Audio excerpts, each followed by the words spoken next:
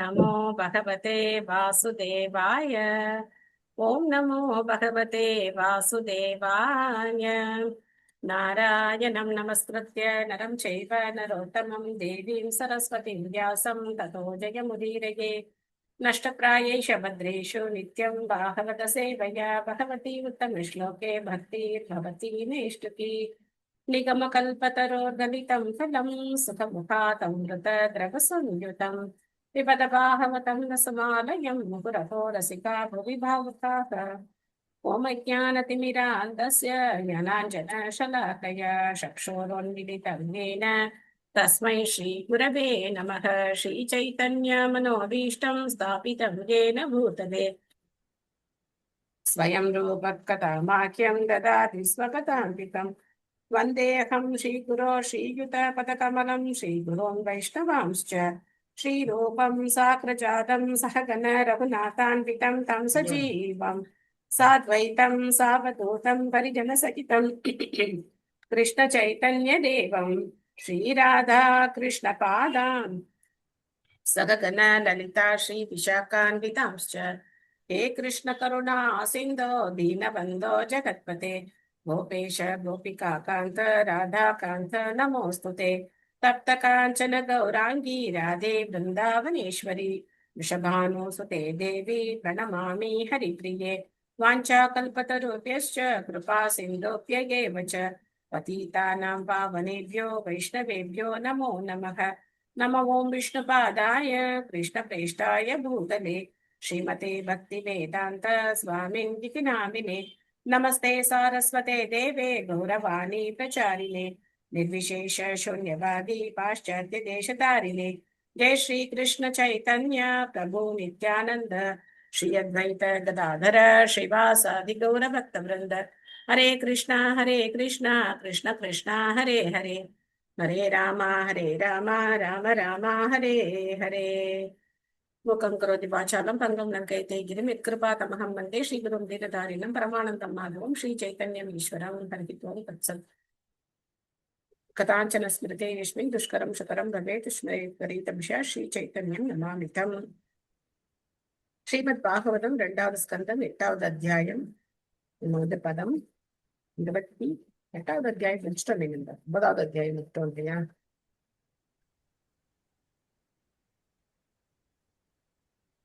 9வது அத்தியாயத்துல எந்த ஸ்லோகம் படிக்கணும் நம்ம? 4 மாதாஜி. தேங்க்யூ.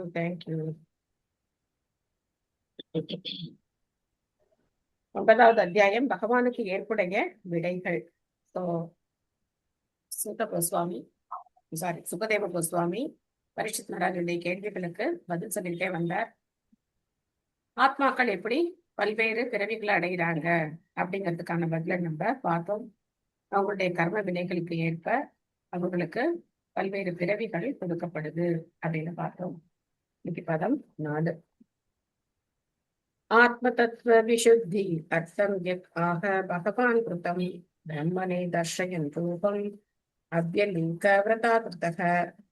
மொழிபெயர்ப்பு. ராஜனே, பிரம்மதேவர் பக்தி யோகத்தில் உண்மையான தவத்தை மேற்கொண்டார். இதனால் மிகவும் திருப்தி அடைந்த முழுமுதற் கடவுள் தமது நித்தியமான உன்னத ரூபத்துடன் பிரம்மாவின் எதிரே காட்சியளித்தார்.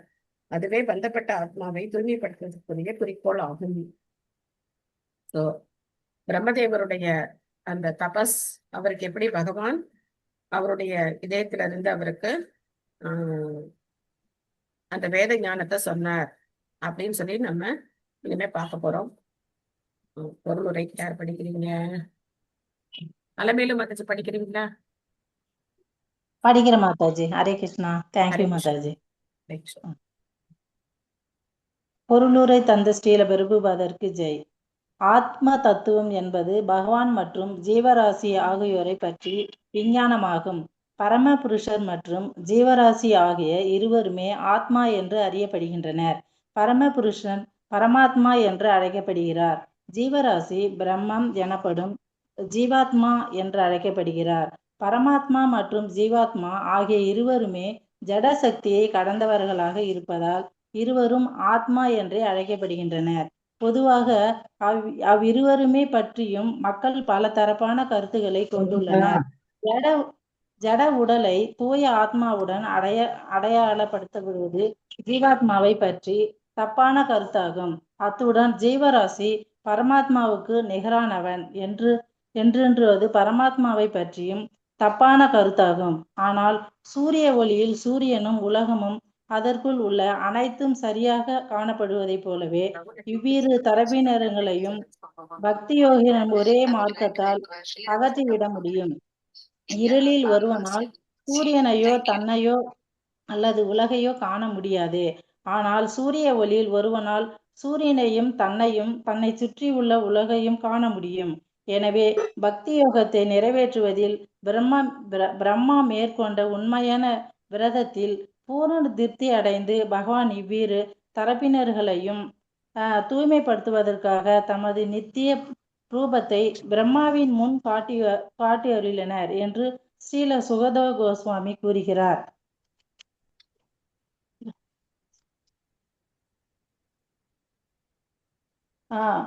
யோகத்தை தவிர ஆத்மா தத்துவம் எனப்படும் ஆத்மா விஞ்ஞானத்தை உணர்த்துவதற்குரிய வேற எந்த முறையும் ஏமாற்றம் அளிக்க முடியாது என்பது நாளடைவில் நிரூபிக்கப்பட்டுவிடும். பக்தி யோகத்தால் மட்டுமே. ஹரே கிருஷ்ணா. வேற எந்த முறையும் ஏமாற்றம் அளிக்கக்கூடியதே. பக்தி யோகம் மட்டும்தான் ஆத்ம தத்துவத்தை விளக்க முடியும். மற்ற எல்லா முறைகளும் ஏமாற்றம் அளிக்கக்கூடியது என்பது நாளடைவில் நிரூபிக்கப்பட்டு விடும். இதுல அவ்வளவு இருக்கு மாதாஜி. நிரூபிக்கப்பட்டு விடும். பக்தி யோகத்தால் மட்டுமே ஒருவன் பகவானை பூரணமாக அறிய முடியும் என்று பகவத்கீதையில் பகவான் கூறுகிறார். அதன் பிறகு இறை விஞ்ஞானத்தில் ஒருவரால் புக முடியும். பக்தி யோகத்தை நிறைவேற்றுவதற்காக பிரம்மா கடுந்தவத்தை மேற்கொண்டார். அதன் விளைவாக பகவானின் உன்னத ரூபத்தை அவரால் காண முடிந்தது. பகவானின் உன்னத ரூபம் 100% ஆன்மீகமானதாகும். தூய பக்தி யோகத்தின் தத்துவத்தை தபஸ் முறையாக நிறைவேற்றி பின் ஏற்படும் ஆன்மீக பார்வையால் மட்டுமே பகவானை காண முடியும். பிரம்மாவின் முன் தோன்றிய பகவானின் ரூபம் ஜட உலகில் நாம் அனுபவித்திருப்பதை போன்றே ரூபங்களில் ஒன்றல்ல. பௌதிகமான ஒரு உருவ காண்பதற்காக பிரம்மா அத்தகைய கடும் தவங்களை மேற்கொள்ளவில்லை. எனவே பரிஷத் மகாராஜன் கேட்ட பகவானின் ரூபத்தை பற்றி கேள்விகளுக்கு விடையளிக்கப்பட்டது. பகவானின் உருவம் சதசித் ஆனந்தம் அல்லது சச்சிதானந்தம் அல்லது நித்திய தன்மை, பூரண அறிவு மற்றும் பூரண ஆனந்தம் ஆகியவை கொண்டதாகும். ஆனால் ஜீவராசியின் ஜட ரூபம் நித்தியமானதோ அல்லது பூரண அறிவுடையதோ அல்லது ஆனந்தமானதோ அல்லது இதுவே பகவானின் ரூபத்திற்கும் பந்தப்பட்ட ஆத்மாவின் ரூபத்திற்கும் இடையே உள்ள வேறுபாடாகும். ஆனால் பக்தி யோகத்தின் வாயிலாக பகவானை காண்பதன் மூலம் பந்தப்பட்ட ஆத்மாவால் நித்திய அறிவு ஆனந்தமும் கொண்ட தனது ரூபத்தை திரும்ப பெற முடியும். பந்தப்பட்ட ஆத்மா அறியாமையின் காரணத்தால் அநேக ஜட ரூபங்களில் சிறைப்பட்டு கிடக்கிறான் என்பதே இதன் சுருக்கமாகும். ஆனால் பரமபுருஷர் பந்தப்பட்ட ஆத்மாவினுடைய போன்ற ஒரு தற்காலிகமான ரூபத்தை பெற்றிருக்கவில்லை. அவர் எப்பொழுதும் அறிவும் ஆனந்தமும் கொண்ட நித்திய ரூபத்தை பெற்றிருக்கிறார். பகவானுக்கும் ஜீவராசிக்கும் இடையே உள்ள வேறுபாடு இதுவே. இவ்வேறுபட்ட ஒருவன் பக்தி யோக முறையால் புரிந்து கொள்ள முடியும். பிறகு பிரம்மதேவனுக்கும் 4 மூல பதங்களில் ஸ்ரீமத் பாகவதத்தின் சாராம்சமாக பகவானால் கூறப்பட்டது. இவ்வாறாக ஸ்ரீமத் பாகவதம் மன கற்பனையாளர்களின் ஒரு படைப்பல்ல என்பது தெளிவாகிறது. ஸ்ரீமத் பாகவதத்தின் ஓசை உன்னதமானது. அதன் எதிரொலி வேதங்களுக்கும் ஈடானதமாகும். இவ்வாறாக ஸ்ரீமத் பாகவதத்தின் விஷயம் பகவான் மற்றும் ஜீவராசி ஆகியோரை பற்றி விஞ்ஞானமாகும். ஸ்ரீமத் பாகவத்தை ஒழுங்காக படிப்பதும் கேட்பதும் கூட பக்தியோக முறையாகும். ஸ்ரீமத் பாகவதத்தின் சகவாசத்தினாலேயோ ஒருவனால் மிக உயர்ந்த பூரண தத்துவத்தை அடைய முடியும். ஸ்ரீமத் பாகவதத்தின் வாயிலாக சுகதேவ கோஸ்வாமி மற்றும் பரிஷத் மகாராஜன் ஆகிய இருவருமே பூரண தத்துவம் அடைய பெற்றனர். ஹரே கிருஷ்ணா மாதாஜி. தேங்க்யூ மாதாஜி. ஹரே கிருஷ்ணா. தேங்க்யூ மாதாஜி. பூரண தத்துவம் கிடையாது, பூரணத்துவம். பூரணத்துவம்னா ஆ வாழ்வினுடைய முழுமையான வெற்றியை அவங்க அடைந்தாங்க. ஆ சரி Mataji, okay, thank you. Thank you Mataji. So இப்போ இந்த பொருளுரையில நம்ம என்ன பாக்குறோம் அப்படின்னா, ஆத்மாவுக்கும் பகவானுக்கும் உள்ள வேறுபாடு. ஆத்மா ஜீவாத்மா பகவானோட சமம் கிடையாது அப்படிங்கிறத பாக்குறோம். ஏன்னா இந்த குழப்பம் எல்லாருக்கும் இருக்கு இல்லையா? நாம இறந்துட்டா கடவுளா எல்லாம், இல்ல நாம இப்பவே கடவுளா எல்லாம் அப்படிலாம் நினைக்கிறாங்க. ஜீவாத்மாவும் பரமாத்மாவும் ஒண்ணு அப்படின்னு நினைக்கிறாங்க.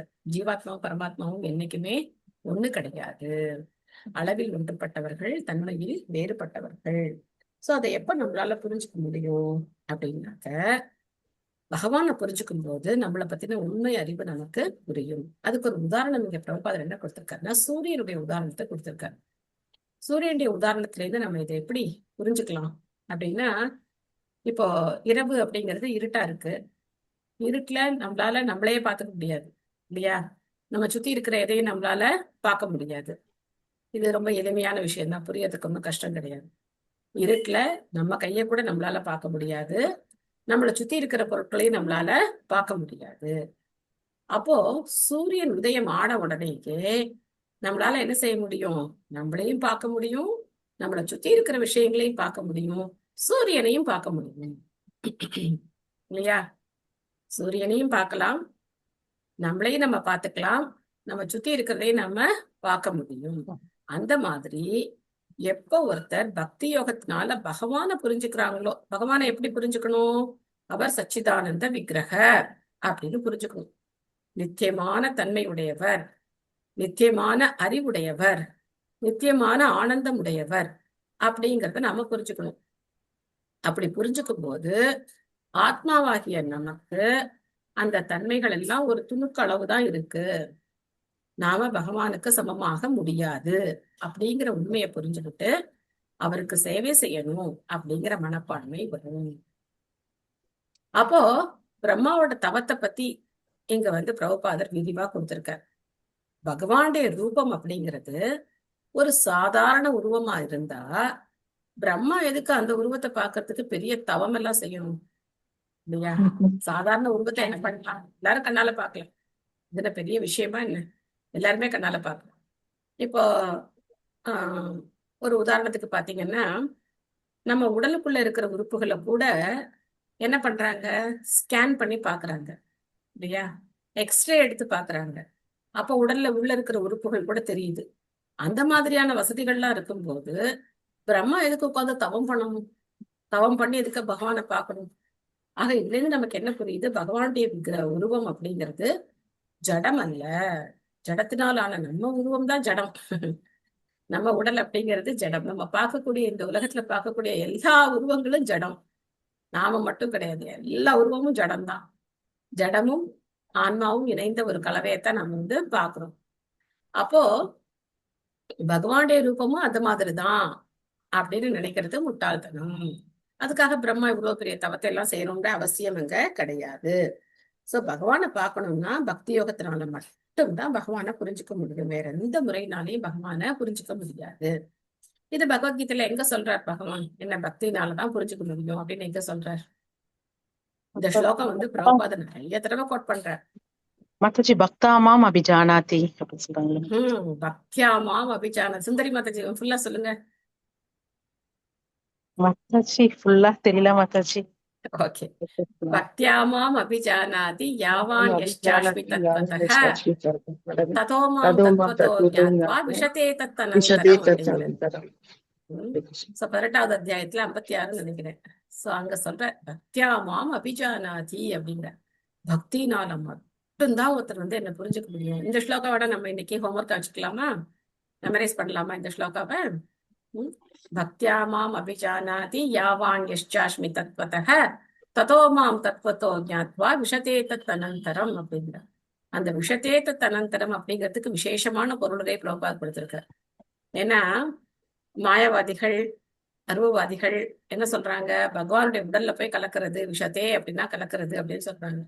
ஆனா பிரபுபாத் என்ன சொல்றார்? பகவானுடைய ஆன்மீக உலகத்துக்கு போறது அப்படிங்கிறார். விஷத்தேன்னா பகவானோட கலக்கிறதெல்லாம் கிடையாது, ஒன்னாகிறதெல்லாம் கிடையாது. ஆன்மீக உலகத்துக்குள்ள போய் பகவானுடைய அந்த விஞ்ஞானத்தை நம்ம தெரிஞ்சுக்கிட்டு பகவானுக்கு சேவை செய்யறோம், அதான் விஷத்தே அப்படிங்கறத அங்க வந்து பிரபுபாதர் ரொம்ப அருமையா சொல்லியிருப்பார். சோ அதனால இந்த வேறுபாடு நமக்கு தெரியணும். ஜீவாத்மாவுக்கும் பகவானுக்கும் உள்ள வேறுபாடு நம்ம வந்து தெளிவா புரிஞ்சுக்கணும். ச ஆதி தேவோ ஜகதாம் பரோ குருஹு ஸ்வஸ்திஷ்ணியம் ஆஸ்தாய விஸ்ருஷக்ஷேஷத நாமநாத்ய கச்சத் திருஷம் அந்திர சம்மதாம் பிரபஞ்ச நிர்மாண விதியா பவேத். முதல் ஆன்மீக குருவும் பிரபஞ்சத்திலேயே உயர்ந்தவருமான பிரம்மதேவரால் தமது தாமரை ஆசிரத்திற்குரிய பிறப்பிடத்தை கண்டுபிடிக்க இயலவில்லை. ஜட உலகை படைக்க வேண்டும் என்று அவர் சிந்தித்த பொழுது அதற்கான சரியான மார்க்கத்தை அவரால் புரிந்து கொள்ள முடியாதது மட்டுமல்லாமல் அத்தகைய படைப்பிற்கான முறையையும் அவரால் கண்டுபிடிக்க முடியவில்லை.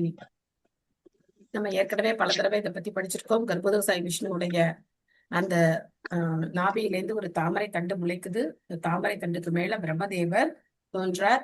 அப்படி பிரம்மதேவர் வந்த உடனேயே அவருக்கு என்ன புரியல, நாம யாரு, என்ன பண்ணணும், எதுக்காக நம்ம இங்க இருக்கோம் அப்படிங்கிற விஷயங்கள்லாம் அவருக்கு புரியல. சரி, தன்னுடைய பிறப்பினுடைய மூலத்தையாவது நம்ம தெரிஞ்சுக்கலாம் அப்படின்னு சொல்லிட்டு அவர் தேடி போறார். ஆனாலும் அவருக்கு அது புரியல. அதனால அவர் என்ன பண்ண போறார் அப்படிங்கறத நமக்கு பார்க்கலாம். சாந்தி மாதாஜி படிக்கிறீங்களா? ஜி சாந்தி மாதாஜி. ஹரே கிருஷ்ண மாதாஜி. ஹரே கிருஷ்ண. மொழிபெயர்ப்பு பொருளரை வழங்கிய தெய்வத்திரு ஆச பக்தி வைந்தான சுவாமி சீல பிரபுபாதருக்கு ஜெய். இப்பதம் பகவானின் உருவம் மற்றும் வசிப்பிடம் ஆகியவற்றின் உன்னத தன்மையை விவரிக்கும் ஒரு முகவுரையாகும். பரமபுருஷர் மாயா சக்தியின் எவ்வித களங்கமும் இல்லாமல் தமது சொந்த வசிப்பிடத்தில் வாழ்கிறார் என்று ஸ்ரீமத் பாகவதத்தின் துவக்கத்தில் ஏற்கனவே கூறப்பட்டுள்ளது. எனவே பகவானின் ராஜ்யம் வெறும் கட்டுக்கதை அல்ல, மாறாக வைகுண்டங்கள் எனப்படும் கிரகங்கள் வித்தியாசமான உன்னத தன்மையுடைய ஓர் உண்மையான பிரதேசமாகும். இந்த அத்தியாயத்திலும் இது விளக்கப்படும். இந்த ஜட உலகிற்கு மேலே வெகு தூரத்திலுள்ள ஆன்மீக வெளியையும் அதன் உபகரணங்களையும் பற்றிய இவ்வறிவை பக்தி தொண்டு அல்லது பக்தியோக முறையால் மட்டுமே அறிய முடியும். பிரம்மதேவரின் படைப்பு சக்தியும் கூட பக்தியோகத்தால் பெறப்பட்டதே ஆகும்.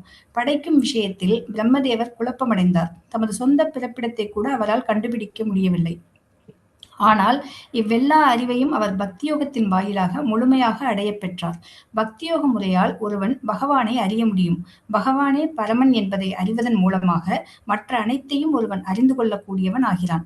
பரமனை அறிந்துள்ள ஒருவன் மற்ற அனைத்தையும் அறிந்தவனாவான். இதுவே வேதங்களின் கருத்தாகும். பிரபஞ்சத்தின் முதல் ஆன்மீக குருவும் கூட பகவானின் கருணையாலேயே ஞானம் பெற்றார். எனவே பகவானின் தயவின்றி வேறெவரால் அனைத்தையும் பூரண அறிவை பெற இயலும். அனைத்தையும் பற்றிய பூரண அறிவை தேட ஒருவன் விரும்பினால் அவன் பகவானின் கருணையை நாட வேண்டும். இதற்கு வேறு வழியில்லை. தனது சொந்த முயற்சியின் பலத்தால் ஒருவன் அறிவை தேட முயல்வது வீணான கால விரயம் மட்டுமே ஆகும். Hare Krishna Mataji. Thank you. Hare Krishna. Thank you Mataji. So Brahma என்ன செய்யறார்? தன்னுடைய பிறப்பிடத்தை அவருக்கு புரியல, நாம எங்கேருந்து வந்தோம் அப்படிங்கறது அவருக்கு புரியல. தேடி போறார். ஆனா அவரால் அதை அடைய முடியல. திரும்ப மேல ஏறி வந்து அந்த தாமரை மலர்லயே உட்கார்ந்துக்கிறார். சோ அப்போ அவர் பக்தி யோகத்தை பயிற்சி பண்ணார் அப்படிங்கறத நம்ம இங்க பாக்குறோம். இன்னும் டீட்டெயிலா நம்ம அடுத்தடுத்த ஸ்லோகங்கள்ல பார்க்க போறோம். ச சிந்தயன் திவி அக்ஷரம் ஏகதாம்பசி உபாஷுனோ விர்கதிகம் வதோ விபுகு ஸ்பர்ஷேஷு யத் சோடசம் ஏகவிம்சம் நிஷ்கிஞ்சனானாம் நிருபயத் தனம் விதுகு. நீருக்குள் இத்தகைய சிந்தனையில் ஈடுபட்டிருந்த வேளையில் அருகில் இரு அக்ஷரங்கள் இருமுறை ஒலித்ததை கண்டாள். கேட்டார். அக்ஷரங்களில் ஒன்று ஸ்பர்ஷ எழுத்துக்களில் 16ஆம் இடத்திலிருந்தும் மற்றது 21ஆம் இடத்திலிருந்தும் எடுக்கப்பட்டவை ஆகும். இரண்டும் இணைந்து துறவு வாழ்வில் செல்வமாயின. சோ சான்ஸ்கிரிட்டோட எழுத்துக்களுடைய அமைப்பு இங்க சொல்லப்பட்டிருக்கு. எப்படி நமக்கு தமிழ்ல உயிர் எழுத்துக்கள் மெய் எழுத்துக்கள் அப்படிலாம் இருக்கும், அதே மாதிரி சமஸ்கிருத எழுத்துக்கள்லையும் வித்தியாசங்கள்லாம் இருக்கு. அந்த எழுத்துக்கள்ல 2 எழுத்துக்கள் அவருக்கு கேட்குது. என்ன 2 எழுத்து அப்படின்னா ஹ ப அப்படிங்கிற 2 அக்ஷரங்கள் அவருக்கு கேக்குது. அந்த அக்ஷரங்களை கேட்டு அவர் என்ன செய்ய ஆரம்பிச்சார் அப்படிங்கறத நம்ம இங்க பார்ப்போம். சம்பூர்ண மாதாஜி படிக்கிறீங்களா? ஹரே கிருஷ்ண மாதாஜி. ஹரே கிருஷ்ணா. பொருளில் விளங்கிய பக்தி வேதாந்த சுவாமி ஸ்ரீல பிரபுபாதருக்கு ஜெய். சமஸ்கிருத மொழியில் மெய்யெழுத்துக்கள் 2 பிரிவுகளாக வகுக்கப்பட்டுள்ளன. அவை ஸ்பர்ச வர்ணங்கள் மற்றும் தாளவ்ய வர்ணங்கள் என்பனவாகும். காவிலிருந்து மாவரை உள்ள எழுத்துக்கள் ஸ்பர்ச வர்ணங்கள் எனப்படுகின்றன. இக்குழுவின் 16வது சொல் தா என்று அழைக்கப்படுகிறது. ஆனால் 21வது எழுத்து பா என்று அழைக்கப்படுகிறது. எனவே இவை இணைக்கப்படும் பொழுது தப அல்லது தவம் என்ற சொல் உருவாகிறது. இந்த தவம் தான் பிராமணர்கள் மற்றும் துறவிகள் ஆகியோரின் அழகும் செல்வமாக உள்ளது. பாகவத தத்துவத்திற்கு இணங்க ஒவ்வொரு மனிதனும் இந்த தவத்தை தப மட்டுமே செய்ய வேண்டியவன் ஆவான். ஏனெனில் தவத்தால் மட்டுமே ஒருவனால் தன்னை உணர முடியும். மேலும் மனித வாழ்வின் நோக்கம் தன்னுணர்வை பெறுவதாகும், புலன் நுகர்வை அல்ல. இந்த தவம் படைப்பின் துவக்கத்திலிருந்தே ஆரம்பிக்கப்பட்டதாகும். முதலாக இதை பின்பற்றியவர் பரம ஆன்மீக குருவான பிரம்மதேவர் ஆவார். தவத்தால் மட்டுமே ஒருவனால் மனித வாழ்வின் பயனை அடைய முடியும். மிருக வாழ்வின் மினுமினுப்பு செய்யப்பட்ட ஒரு நாகரிகத்தால் அல்ல. உண்ணுதல், உறங்குதல், இன்புற்றிருத்தல் ஆகியவற்றின் எல்லா எல்லைக்குட்பட்ட புலனின்பத்தை தவிர வேறு எதுவும் மிருகத்திற்கு தெரியாது. ஆனால் மனிதன் பகவானின் திருநாட்டை அடையும் பொருட்டு தவத்தை மேற்கொள்ள வேண்டியவனாவான். பிரபஞ்சத்தில் ஜடத்தோட்டங்களை எவ்வாறு நிர்ணயிப்பது என்ற விஷயத்தில் பிரம்மதேவர் குழப்பமடைந்து தமது தாமரை ஆசனத்திற்கான பிறப்பிடத்தை கண்டு பிடிப்பதற்காக நீரினுள் இறங்கி சென்ற வேளையில் தப என்ற சொல் இருமுறை உச்சரிக்கப்பட்டதை அவர் செய்கிறார். தவ மார்க்கத்தை மேற்கொள்வது என்பது சீடனின் 2வது பிறப்பாகும். உபாசனோத் என்னும் சொல் குறிப்பிடப்பட்டதாகும். இது உபநயனம் என்ற சொல்லுக்கு சமமானதாகும். அதாவது சீடனை ஆன்மீக குருவுக்கு அருகே கொண்டு வந்து அவனை தன் வாழ்வை மேற்கொள்ள செய்வது என்பது இதன் பொருளாகும். இவ்வாறாக பகவான் ஸ்ரீ கிருஷ்ணரால் பிரம்மதேவருக்கு தீட்சை அளிக்கப்பட்டது. இவ்வுண்மை பிரம்மதேவரால் அவரது நூலான பிரம்ம சமிதியில் உறுதி செய்யப்பட்டுள்ளது. பிரம்ம சமிதியில் உள்ள ஒவ்வொரு பதத்திலும் பிரம்மதேவர் கோவிந்தம் ஆதிபுருஷம் தமகம் பஜாமி என்று பாடியுள்ளார். இவ்வாறாக பிரம்மா கிருஷ்ண மந்திரத்தின் மூலமாக பகவான் ஸ்ரீ கிருஷ்ணராலேயே தீட்சை அளிக்கப்பட்டார். இதனால் பிரம்மாண்டமான பிரபஞ்சத்தை நிர்மாணிக்கும் திறமையை பெறுவதற்கு முன்பாக அவர் ஒரு வைஷ்ணவர் ஆவார் அல்லது பகவத் பக்தரானார். பிரம்மதேவர் 18 எழுத்துக்கள் கொண்ட கிருஷ்ண மந்திரத்தில் தீட்சை பெற்றதாக பிரம்ம சமிதியில் குறிப்பிடப்பட்டுள்ளது. இம்மந்திரம் பகவான் ஸ்ரீ கிருஷ்ணரின் எல்லா பக்தர்களாலும் பொதுவாக ஏற்றுக்கொள்ளப்படுகிறது. நாம் பிரம்ம சம்பிரதாயத்தை சேர்ந்தவராக இருப்பதால் அதே கொள்கையை நாமும் பின்பற்றுகிறோம். இச்சம்பிரதாயம் சீடப்பரம்பரையின் சங்கிலி தொடர் மூலமாக நேராக பிரம்மாவிடமிருந்து நாரதருக்கும், நாரதரிடமிருந்து வியாசருக்கும், வியாசரிடமிருந்து மத்த முனிவரிடமிருந்து மாதவேந்திரபுரிக்கும், மாதவேந்திரபுரியிடமிருந்து ஈஸ்வரபுரிக்கும், ஈஸ்வரபுரியிடமிருந்து பகவான் சைத்தன்யருக்கும், மேலும் படிப்படியாக எமது தெய்வீக குருவான தவத்திரு பக்தி சித்தாந்த சரஸ்வதிக்குமாக கீழங்கி வந்துள்ளது. இவ்வாறாக சீட பரம்பரையில் தீட்சை அளிக்கப்பட்ட ஒருவரால் படைப்பின் அதே பயனையும் சக்தியும் அடைய முடியும். இப்புனித மந்திரத்தை ஜபிப்பதை விருப்பமற்ற தூய பகவத் பக்தரின் ஒரே புகலிடமாகும். இத்தகைய தபஸ்ய அல்லது தவத்தினாலேயே பகவத் பக்தர் ஒருவர் பிரம்மதேவரை போல் சர்வ பூர்ணத்துவத்தையும் பெற்றுவிடுகிறார். ஹரே கிருஷ்ணா. தேங்க்யூ மாதாஜி. ஹரே கிருஷ்ணா. தேங்க்யூ மாதாஜி. அருமையான பொருளுரை. பக்தியினுடைய முக்கியத்துவத்தையும் ஆன்மீக குருவுடைய முக்கியத்துவம் பிரபுபாதர் இங்க நமக்கு ரொம்ப அழகா சொல்றார் இல்லையா? இந்த தீட்சை வாங்குற பழக்கம் அப்படிங்கிறது பிரம்மாவே இதை ஏத்துக்கிட்டார். பிரம்மதேவரே பகவானுடைய கட்டளைக்கு ஏற்ப தவம் பண்ணி பகவானால மந்திர தீட்சை கொடுக்கப்பட்டு அந்த மந்திரத்தை அவர் என்ன செய்தார்? உச்சாடனம் செய்ய ஆரம்பிச்சார். கொஞ்ச நாள்ல கிடையாது, 1000 வருஷம் உட்காந்து தவம் பண்றார் பிரம்மா. ஒரு நாள் 2 நாள் கிடையாது. எதுக்காக அப்படின்னா படைப்பை தொடங்குறதுக்காக. இந்த 14 லோகங்களை படைக்கணும் அப்படிங்கிற காரணத்துக்காக. ஆக்சுவலா இது பார்த்தோன்னா ஒரு பௌதிகமான விஷயம் தான். இது ஒன்றும் ஆன்மீகமான விஷயம் கிடையாது. ஏன்னா பௌதிக உலகங்களை தான் பிரம்மா படைக்கிறார். ஆனா பகவானால கட்டளையிடப்பட்டதால் அது என்ன ஆகுது? பக்தி தொண்டாகுது. எப்படி சண்டை போடுறது ஆன்மீகமா? சண்டை போடுறது எங்கேயாவது ஆன்மீகமா? பூஜை பண்றது வேணா ஆன்மீகம் சொல்லலாம் இல்லையா? சண்டை போடுறது ஆன்மீகம் கிடையாது. ஆனா அர்ஜுனன் சண்டை போட்டது என்ன ஆச்சு? பக்தி தொண்டாச்சு இல்லையா? பகவான் சொல்லி சண்டை போட்டதுனால அது பக்தி சேவை ஆயிடுச்சு. பகவான் சொல்லாம அவர் சண்டை போட்டிருந்தாரு அப்படின்னா அவர் சொல்லக்கூடிய எல்லா விளைவுகளையும் அவர் சந்திச்சிருக்கணும். பாவம் சேர்ந்திருக்கும், இந்த மாதிரி குல நாசம் ஏற்பட்டிருக்கும், குல தர்மம் அழிஞ்சிருக்கும், அவர் சொன்னதெல்லாம் ஏற்பட்டிருக்கும்.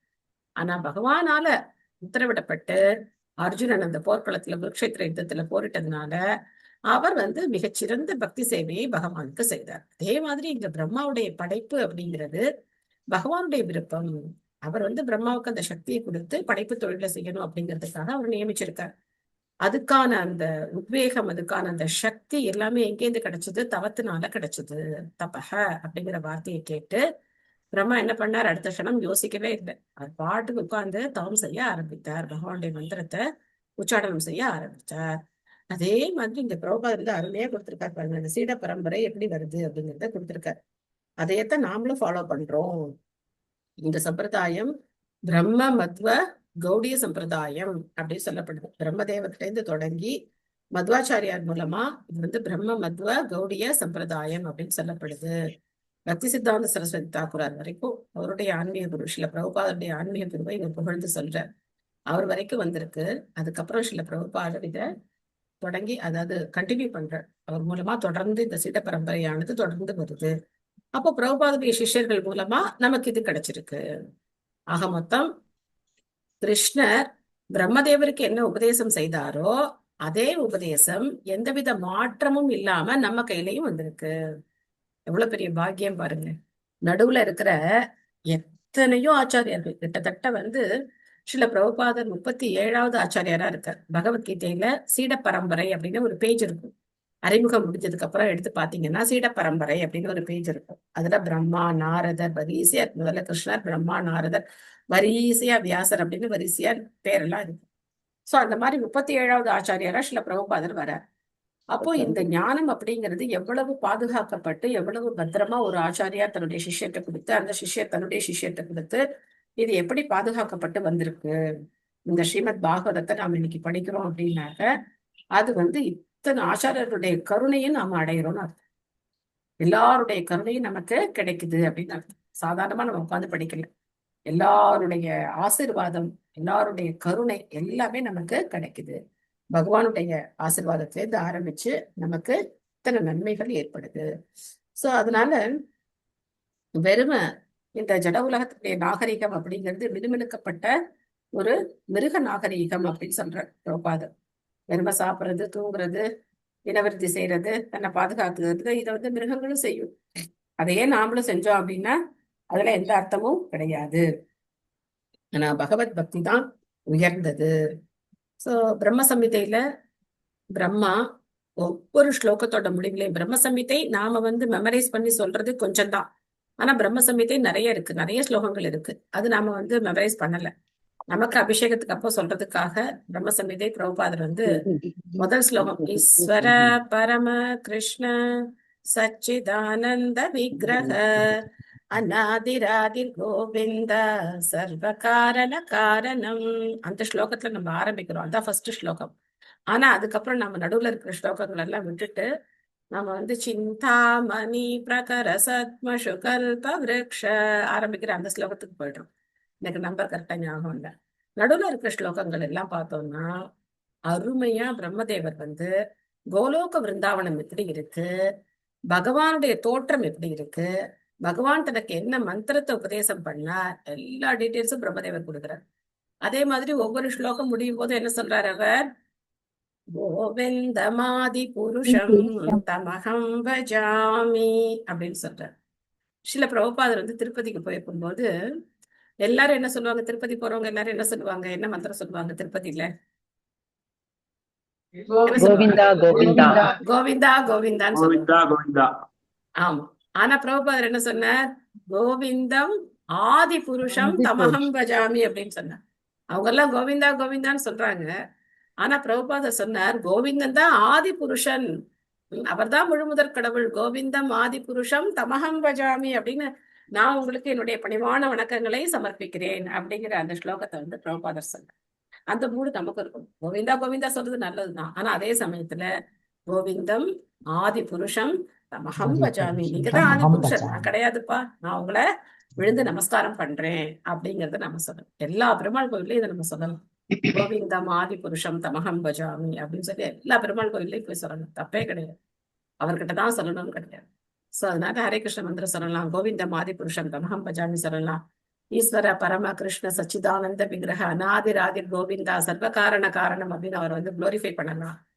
இந்த மாதிரி சின்ன சின்ன ஸ்லோகங்களை நம்ம மெமரைஸ் பண்ணி வச்சுக்கிட்டோம் அப்படின்னா எப்பவுமே நம்ம பகவானை என்ன பண்ணிட்டு இருக்கலாம், புகழ்ந்துகிட்டே இருக்கலாம். ஹரே கிருஷ்ண மந்திரம் எப்பவும் சொல்றோம்.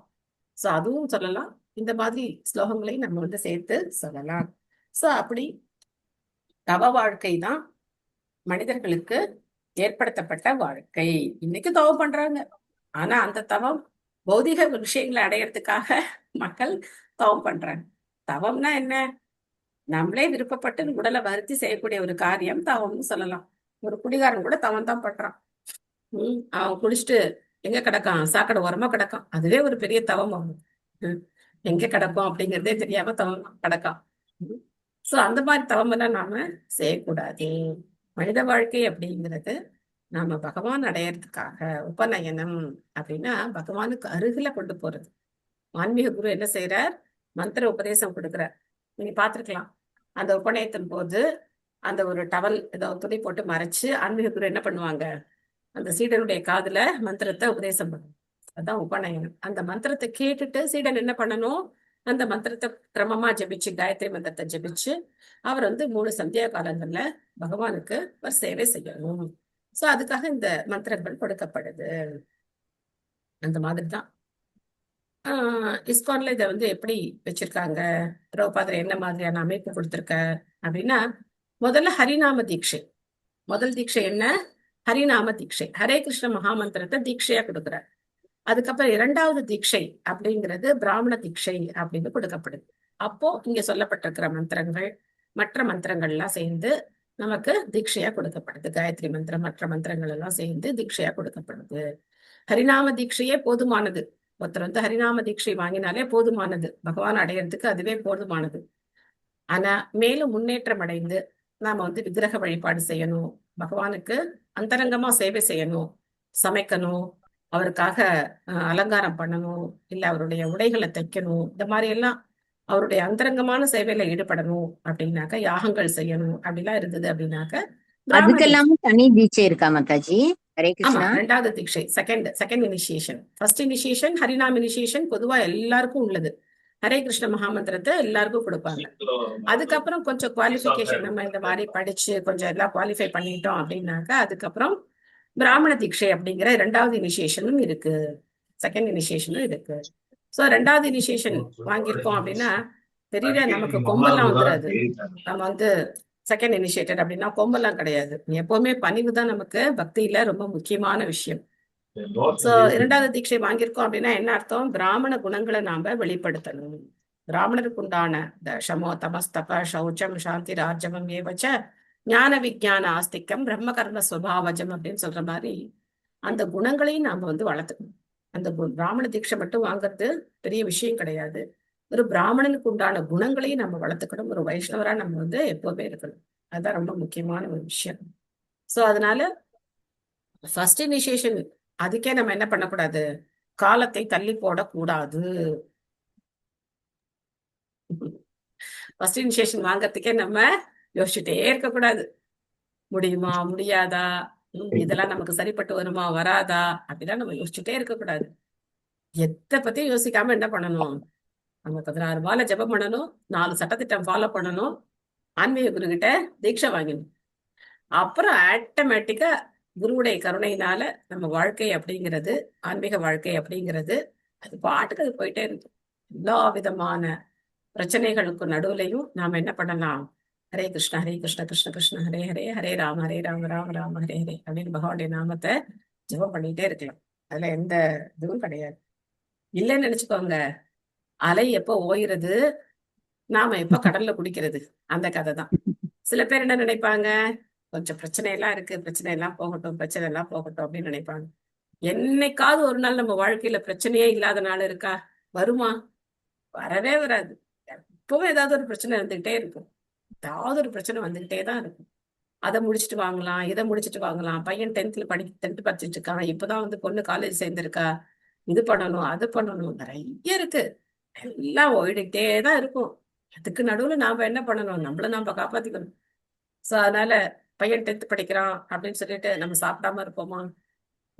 நம்ம என்ன பண்ணுவோம், சமைச்சு சாப்பிட்டு தானே ஆகும்.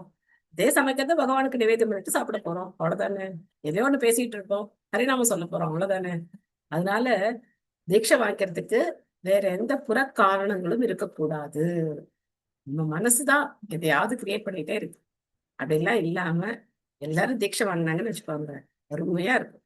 உம் அப்படியே ஆனந்தமா நம்ம பாட்டுக்கு நம்மளுடைய ஆன்மீக வாழ்க்கை அப்படிங்கிறத குருவோட கையில ஒப்படைச்சிடுறோம். குருவோட கையில ஒப்படைச்சிட்டு, ஒரு சின்ன குழந்தை, எனக்கு அது ரொம்ப பிடிக்கும். ஒரு சின்ன குழந்தை ஒரு பெரிய மவுண்ட் ரோட கிராஸ் பண்ணணும்னா ரொம்ப கஷ்டம்.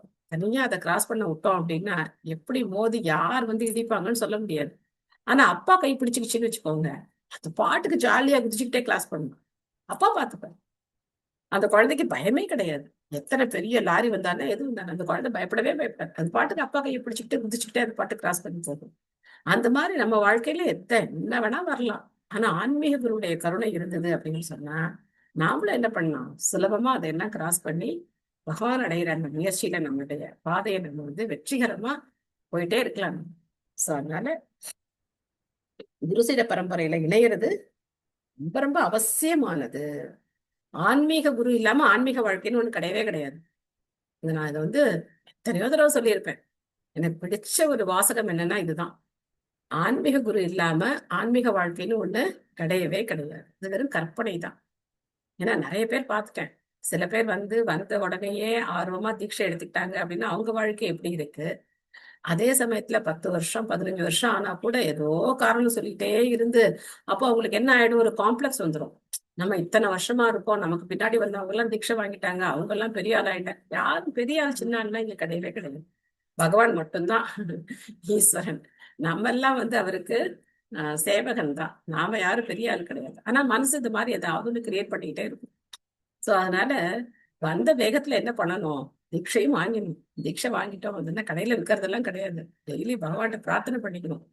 எனக்கு உங்களுடைய குரு பரம்பரையில நானும் இணையணும் அப்படின்னா நம்ம பிரார்த்தனை பண்ணிக்கணும். இது ஆசை வேணும். இந்த ஆசைப்பட்டோம் அப்படின்னா பகவான் நமக்கு எல்லா வசதிகளும் செய்து கொடுப்பார். பதம் 7. நிஷம்ய தத் பக்த்ரு தித்ருக்ஷயா திஷோ விலோக்ய தத்ராண்யத் அபஷ்யமானக ஸ்வதிஷ்ண்யம் ஆஸ்தாய விம்ருஸ்யதி தத்திதம் தபசி உபாதிஷ்ட இவாததே மனக. ஓசையை கேட்டதும் அதை உச்சரித்தவர் யார் என்பதை எல்லா திசைகளிலும் தேடி கண்டுபிடிக்க அவர் முயன்றார். ஆனால் தன்னை தவிர வேறு ஒருவரையும் அவரால் காண முடியவில்லை. அச்சமயம் தனக்கு கட்டளையிடப்பட்டது போல் தன் தாமரை ஆசனத்தில் திடமாக அமர்ந்து தவத்தை நிறைவேற்றுவதில் தன் கவனத்தை செலுத்துவதுதான் விவேகம் என்று அவர் எண்ணினார். சோ இதுதான் பிரம்மா அவருடைய மனதை கட்டுப்படுத்தி இருக்கார் அப்படிங்கிறதுக்கான உதாரணம். யார் சொல்லியிருப்பா இந்த தப்பக அப்படிங்கிற வார்த்தையை யாரு சொல்லியிருப்பா அப்படின்னு அவர் என்ன பண்ணல, அதை ஏன் நினைச்சுக்கிட்டே இல்லை. யாரையும் பார்க்க முடியலையே, யார் இருக்காங்க, யார் சொல்லியிருப்பா அப்படிலாம் அவர் தேடிக்கிட்டே இல்லை. அவர் என்ன பண்றாரு, தேடி பார்க்கிறாரு, யாரையும் பார்க்க முடியலையா, சரி நமக்கு வந்த கட்டளையை நாம நிறைவேற்றுவோம் அப்படின்னு சொல்லிட்டு அவர் தவம் பண்ண ஆரம்பிச்சிட்டார். சத்யா மாதாஜி படிக்கிறீங்களா? ஹரே கிருஷ்ணா. ஹரே கிருஷ்ணா. ஹரே கிருஷ்ணா. பொருளுரை. வாழ்வில் வெற்றி பெறுவதற்கு படைப்பின் துவக்க ஹரே கிருஷ்ணா. சாரி மாதாஜி. ஸ்ரீல பிரபுபாதகி ஜெய். வாழ்வில் வெற்றி பெறுவதற்கு படைப்பின் துவக்கத்தில் முதல் ஜீவராசியாக தோன்றிய பிரம்மதேவரின் உதாரணத்தை ஒருவர் பின்பற்ற வேண்டும். தவம் ஏற்றும்படி பரமபுருஷரால் தீட்சை அளிக்கப்பட்ட பின் அதை நிறைவேற்றுவதில் அவர் உறுதியாக இருந்தார். தம்மை தவிர வேறெவரையும் அவரால் காண முடியவில்லை என்ற போதிலும் அந்த ஓசை பகவானால் அனுப்பப்பட்டதாக இருக்கும் என்பதை அவரால் சரியாக புரிந்து கொள்ள முடிந்தது. அச்சமயத்தில் வேறெந்த படைப்பும் இல்லாததால் ஒரே ஜீவராசியாக பிரம்மா மட்டும்தான் இருந்தார். ஸ்ரீமத் பாகவதத்தின் முதல் காண்டம் முதல் அத்தியாயம் முதல் பதத்தின் ஆரம்பத்தில் உள்ளிருந்து பகவானால் பிரம்மாவுக்கு தீட்சை அளிக்கப்பட்டது என்பது ஏற்கனவே குறிப்பிடப்பட்டுள்ளது. பகவான் பரமாத்மாவாக ஒவ்வொரு ஜீவராசிக்குள்ளும் இருக்கிறார். பிரம்மா தீட்சை பெற விரும்பியதால் பகவான் அவருக்கு தீட்சை அளித்தார். இவ்வாறு தீட்சை பெற விரும்பும் ஒவ்வொருவருக்கும் அதை அளிக்க பகவானால் முடியும். ஏற்கனவே குறிப்பிட்டுள்ளதை போல் பிரபஞ்சத்தின் முதல் ஆன்மீக குரு பிரம்மாவே ஆவார். அவர் பகவானாலேயே தீட்சை அளிக்கப்பட்டவர். ஆதலால் ஸ்ரீமத் பாகவதத்தின் செய்தி அவருடைய சீட பரம்பரையின் மூலமாக கீழிறங்கி வருகிறது. ஸ்ரீமத் பாகவதத்தின் உண்மையான செய்தியை பெறுவதற்கு சீட பரம்பரையின் சங்கிலி தொடர் மூலமாக வரும் தற்போதைய ஆன்மீக குருவை ஒருவர் அணுக வேண்டும். அத்தகைய ஆன்மீக குருவால் முறையாக தீட்சை அளிக்கப்பட்ட பின் பக்தி தொண்டை நிறைவேற்றுவதன் மூலமாக தவம் ஏற்றுவதில் ஒருவன் தன்னை ஈடுபடுத்திக் கொள்ள வேண்டும். ஆனால் ஒருவன் தன்னை பிரம்மாவின் அந்தஸ்தில் இருப்பதாக எண்ணி உள்ளே இருந்து பகவானால் நேரடியாக தீட்சை அளிக்கப்பட வேண்டும் என்று எதிர்பார்க்க கூடாது. ஏனெனில் தற்போதைய யுகத்தில் ஒருவரையும் பிரம்மாவை போல் தூய்மையானவராக ஏற்றுக்கொள்ள முடியாது. பிரபஞ்ச படைப்பை முன்னின்று நடத்துவதற்குரிய பிரம்மாவின் பதவி மிக தூய்மையான ஒரு ஜீவராசிக்கு அளிக்கப்படுகின்றது. இதனால் அத்தகைய தகுதிகளை ஒருவர் பெற்றிருந்தால் அல்லாது பிரம்மாவைப் போலவே தான் நடத்தப்பட வேண்டும் என்று அவர் எதிர்பார்க்க முடியாது.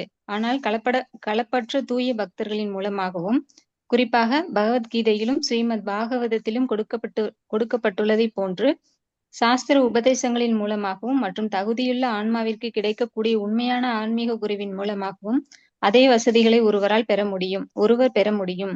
பகவானுக்கு தொண்டு செய்ய வேண்டும் என்ற உண்மையான இதயம் படைத்தவருக்கு பகவானே ஆன்மீக குருவாக தோன்றுகின்றார். எனவே தூய பக்தரை சந்திக்க நேர்ந்த ஆன்மீக குருவை பகவானின் பிரதிநிதியாகவே ஏற்றுக்கொள்ள வேண்டும். அத்தகைய ஒரு ஆன்மீக குருவின் வழிகாட்டலின் கீழ் உள்ளவன் பகவானின் கருணையை பெற்றவனாவான் என்பது சந்தேகமன்றி ஏற்றுக்கொள்ள வேண்டும். ஹரே கிருஷ்ணா மாதாஜி. தேங்க்யூ மாதாஜி. சோ சில பேர் இப்படி சொல்றாங்க இல்லையா, கிருஷ்ணனே வரட்டும், எனக்கு அவர் கருணை காட்டட்டும், அதுக்கப்புறம் நான் என்ன செய்யறேன், இதெல்லாம் நான் செய்யறேன். எவ்வளவு பேர் இது மாதிரி சொல்லி கேட்டிருப்பீங்க. பகவானே வந்து சொல்லட்டும், எனக்கு சாண்டிங் பண்ணுங்க. இல்ல பகவானே சொல்லட்டும், அப்புறம் பண்றேன். பகவான் நேரம் வந்து சொல்ற அளவுக்கு நம்ம தூய்மையானவர்களா அப்படின்னா கிடையாது. சோ அதனால அந்த மாதிரி எல்லாம் எதிர்பார்க்க கூடாது. பகவானே எனக்கு பிரம்மாவுக்கு கொடுத்த மாதிரி எனக்கு பகவானே வந்து எனக்குள்ள தீட்சை கொடுக்கட்டும் அப்படின்னா நம்ம வந்து சொல்லக்கூடாது. அதுக்குத்தான் சீட பரம்பரையை பகவான் ஏற்படுத்தி வச்சிருக்க. சோ அவருடைய பிரதிநிதி ஆன்மீக குரு அப்படிங்கிறவர் பகவானுடைய பிரதிநிதி. சாக்ஷாத் ஹரித்வேன சமஸ்த சாஸ்திரே. சாக்ஷாத் ஹரி ஆன்மீக குரு அப்படிங்கிறவர் சாக்ஷாத் பகவான் தான். அவரை நாம அப்படி பார்க்கணும். ஆனா ஆன்மீக குரு தன்னை பகவானுடைய தொண்டன் அப்படித்தான் அவர் தன்னை பார்க்கணும். இல்லைன்னா நான் தான் கடவுள்னு சொல்றதுக்கும் இதுக்கும் எந்த வித்தியாசமும் இல்லாம போயிடும். சோ அதனால ஆன்மீக குருடைய கருணை அடைந்தவன் கிருஷ்ணனுடைய கருணைய கண்டிப்பா அடைஞ்சிருக்கார் அப்படின்னு அர்த்தம். தீட்சை வாங்குறது அப்படின்னா என்ன அர்த்தம்னா நம்மளுடைய ஆன்மீக வாழ்க்கையை அப்பதான் தொடங்குறோம்னு அர்த்தம். சில பேருக்கு இந்த ஒரு மிஸ்கன்செப்ஷனும் இருக்கு. என்ன தப்பா புரிஞ்சுக்கிறாங்க அப்படின்னா, தீட்சை வாங்கிட்டா எல்லாம் முடிஞ்சிருச்சு அப்படின்னு நினைக்கிறாங்க. கொஞ்ச நாள் பயிற்சி பண்ணோம், தீட்சை வாங்கிட்டோம், எல்லாம் முடிஞ்சிருச்சு அப்படின்னு நினைக்கிறாங்க. இனிஷியேஷன்னா என்ன அர்த்தம், அப்பதான் நம்ம ஆரம்பிக்கிறோம்னு அர்த்தம். இதுக்கு முன்னாடி நமக்கு இனிஷியேஷனுக்கு முன்னாடியும் நம்ம ஹரே கிருஷ்ண மந்திரம் தான் ஜபம் பண்ண போறோம். தீட்சை வாங்கினதுக்கு அப்புறமா ஹரே கிருஷ்ண மந்திரம் தான் ஜபம் பண்ண போறோம். ஆனா என்ன வித்தியாசம் அப்படின்னா, இப்ப பக்தர்கள் சொல்லி ஹரே கிருஷ்ண மந்திரம் நம்ம ஜபம் பண்றோம். ஆனா ஆன்மீக குருமுக பத்ம வாக்கிய அவருடைய வாயிலேருந்து நம்ம ஹரே கிருஷ்ண மந்திரம் கேட்டு அதுக்கப்புறம் நம்ம ஜபம் பண்ணும் போதுதான் நம்மளுடைய ஆன்மீக வாழ்க்கை அங்கதான் ஆரம்பமே ஆகுது. இது வரைக்கும் நம்ம பயிற்சி பண்ணிட்டு இருக்கோம். இந்த ஆன்மீக வாழ்க்கையை தொடங்குறதுக்கான பயிற்சி காலம் தான் இது. இந்த பயிற்சி காலத்தையே 10 வருஷம் இழுத்துக்கிட்டே போக கூடாது இல்லையா? ஒரு ப்ரொபேஷனரி பீரியட்னா ஒரு 6 மாசம் அவ்வளவுதானே. அதுக்கப்புறம் அவருக்கு எம்ப்ளாய்மெண்ட் பண்ணிடுவாங்க இல்லையா, இந்த ஆபீஸ்ல இல்ல எங்க அவங்களுக்கு வந்து அது உத்தியோகம் கொடுத்துருவாங்க.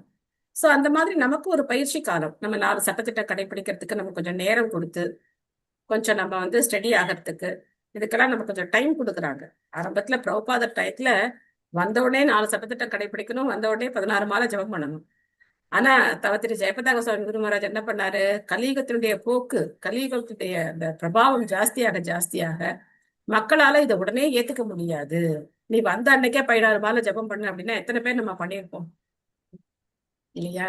நம்மள ஒரு மாலையில இருந்து ஆரம்பிச்சு என்ன பண்றாங்க, படிப்படியா கூட்டிட்டு போறாங்க. 16 மாலைக்கு கைப்பிடிச்சு கூட்டிட்டு போறாங்க. அதே மாதிரி நீ வந்த உடனே 4 சட்டத்திட்டம் ஃபாலோ பண்ணணும் அப்படின்னா ரொம்ப கஷ்டம். இந்த வெங்காயம் பூண்டு காப்பி டீயை விடுறதுக்கு நம்ம படுற பாடு இருக்கே, பாப்பா சொல்லியே முடியாது. அப்படிலாம் நமக்கு கொஞ்சம் கொஞ்சமா மனச மாறி நம்ம வந்து பகவானுக்கு நிவேதனம் பண்ணி பிரசாதம் சாப்பிட்றதுக்குலாம் நமக்கு டைம் கொடுத்து, சில பேருக்கு 6 மாசம் 1 வருஷம் இந்த மாதிரி ஒரு டைம் எடுத்துக்கிட்டு நாம என்ன பண்ணணும், அதுக்கப்புறம் நம்மள நாம தயாராயிடணும். சோ அந்த டைம் தான் கொடுக்குறாங்க இப்போ நமக்கு. அந்த டயத்தை நம்ம ரொம்ப எக்ஸ்டெண்ட் பண்ணிக்கிட்டே போகக்கூடாது. அதுக்கு நடுவில் நம்ம என்ன பண்றோம், சத்சங்கத்துல பகவத்கீதை பாகவதம் தத்துவங்கள்லாம் நம்ம வந்து பகவானுடைய உபதேசங்கள் எல்லாம் படிச்சு நம்ம எப்படி இருக்கணும் அப்படிங்கிறதையும் நாம வந்து தெரிஞ்சுக்கிறோம். அது மட்டும் இல்லாம நமக்கு முன்னாடியே பக்தர்கள் வாழ்ந்து காட்டுறாங்க. தீட்சை வாங்குறதுனால நாம எந்த விதத்திலையும் நம்ம வாழ்க்கையை இழந்துடல, யாருக்கும் நம்ம அடிமையாயிடல, ஒன்றும் பண்ணல, எப்பவும் போல ஆபீஸ் போறோம், எப்பவும் போல வீட்டுல எல்லா வேலையும் செய்யறோம், எல்லாமே பார்த்துக்கிட்டே தான் இருக்கும். சில பேருக்கு நிறைய பயங்கள் இருக்கு. தீட்சை வாங்கிட்டா இஸ்கான்ல நம்மள வந்து கட்டி போட்டுருவாங்களோ அப்படிலாம் நினைக்கிறாங்க. யாரும் கட்டி எல்லாம் போட மாட்டாங்க. நம்ம வந்து என்ன பண்ணலாம், எப்பவும் போலவே நம்மளுடைய காரியங்களை ரொம்ப சரியான முறையில நிறைவேற்றலாம். நம்மளுடைய குடும்ப பொறுப்புகள், கடமைகள், இது எல்லாத்தையும் பகவானுக்கு அர்ப்பணமா நம்ம செய்வோம். அப்போ நம்மளுடைய கடமைகளை நாம சரியா செய்யறோம் அப்படிங்கிறது அர்த்தமாகுது. யஜ்ஞாத்தாத் கர்மணோ யத்ர லோகோயம் கர்ம பந்தனக ததப்தம் கர்ம கௌந்தேய முக்த சங்க சமாச்சார அப்படின்னு பகவத்கீதையில 3வது அத்தியாயத்துல பகவான் சொல்றார். பகவானுக்கு அர்ப்பணமா பண்ணல அப்படின்னா நாம இந்த உலகத்துல கர்ம வினையில மாட்டிப்போம். சோ ஆன்மீக குருவை ஃபாலோ பண்ணும்போது அவர் என்ன பண்றார், அவர் பகவானுடைய திருப்தியா நம்மளுடைய காரியங்களை நம்ம எப்படி செய்யறது அப்படிங்கறத பக்தர்கள் மூலமா நமக்கு உணர்த்துறார். அப்போ நம்ம கர்ம வினையில பாதிக்கப்படாம நம்மளுடைய காரியங்களை மிக சிறப்பான முறையில பகவானுக்கு திருப்தியா நம்ம அதை செய்ய முடியும். திவ்யம் சகசிராப்தம் அமோக தர்ஷனோ ஜிதானிலாத்மா விஜிதோபயேந்திரியாக அதத்யத ஸ்மாதில லோகதாபனம் தபஸ்ததிவ்யாம் ஸ்தபதாம் சமாஹிதக. பிரம்மதேவர் தேவர்களின் கணக்குப்படி 1000 ஆண்டுகள் தவமேற்றினார். உன்னதமான இந்த அசரீரியை கேட்ட அவர் அதை தெய்வ வாக்காக ஏற்று தமது மனதையும் புலன்களையும் கட்டுப்படுத்தினார். அவர் இயற்றிய தவறுகள் ஜீவராசிகளுக்கு மிகச்சிறந்த பாடமாக அமைகின்றன. இவ்வாறாக அவர் எல்லா தபஸ்விகளிலும் மிகச்சிறந்தவர் என அறியப்படுகிறார். சோ முதல் ஆன்மீக குரு பிரம்மா தான் அப்படின்னு பல தடவை இங்க நம்ம பாக்குறோம். சோ அவர் என்ன பண்றார், இந்த வார்த்தைகளை ஏத்துக்கிட்டு 1000 வருஷங்கள் உட்கார்ந்து தவம் பண்றார். பிரம்மாவோட ஆயுட்காலம் நம்ம பார்த்திருக்கோம், நீண்ட ஆயுட்காலம். அதுல அவர் என்ன பண்றார், 1000 வருடங்கள் தவத்துல செலவு பண்றார். மல்லிகா மாதாஜி படிக்கிறீங்களா?